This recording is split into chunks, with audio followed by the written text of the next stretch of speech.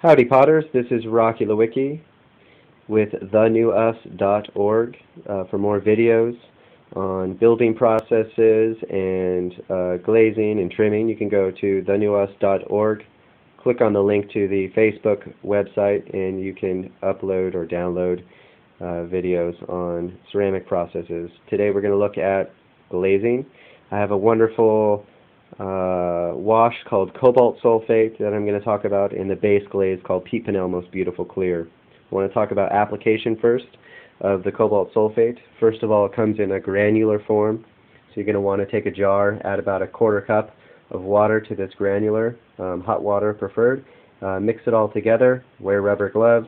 You're going to have a jar of wash that looks kind of like grape juice, and so you'll take this and you're going to paint it on porcelain. Now, what's wonderful about the Cobalt Sulfate is that it penetrates through the clay body. So I'm looking at the foot of this extruded cup, and if we were to put Cobalt Sulfate here on the inside of that foot, a few coats, brush to let it soak in, glaze it, what we'll have on the inside is going to be a wonderful hexagon little shape from the sulfate penetrating through the clay body. It gives you a lot of room to experiment with different design techniques. What I've done here with this test tile is, in one of the extruded cups, has the same base glaze, Pinnell's Most Beautiful Clear, and then it has different variations of the Cobalt Sulfate wash. Tile number 1, up here written with a high fire pencil, is 1 coat of Cobalt Sulfate washed on the outside. Number 2, 1 painted coat of Cobalt Sulfate on the inside of the cup and the outside. Number 3 is 2 and 2. Number 4 is 1 coat of Cobalt Sulfate painted only on the inside of the cup. It's penetrating through the clay body, and you can see it, beautiful sort of milky, foggy blue penetrating through. It's very nice. Number 5 is 3 coats of Cobalt Sulfate painted on the inside, 3 coats on the outside to give us the most saturated blue cobalt look we can get. So I'm going to flip this over, and you'll see that there is cobalt on the rim here from the glazing. There was no cobalt painted there. It's gone up the piece, and you can see it on the rim. Very wonderful little technique. And here's the bottom of the piece, leaching, the cobalt leaching into the bottom of the cup. The glaze that I've used is Pinnell Most Beautiful Clear. Here's the recipe for it, upside down. I'm going to read it out loud for you.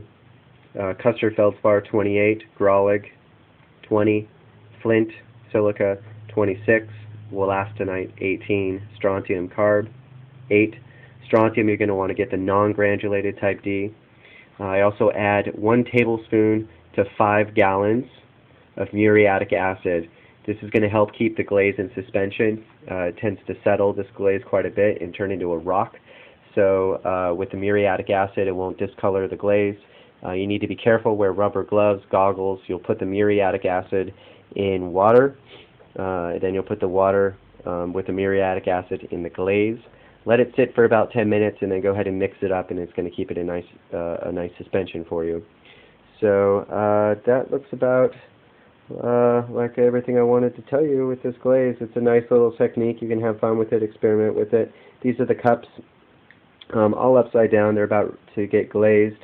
The installation will be the 2nd Saturday or Sunday of June 2011, and these will be installed in a honeycomb-like form at the flea market. And so I'm looking forward to this installation. I hope to see you out there, and or visit www.thenewus.org. Stay tuned for more and more and more. Okay.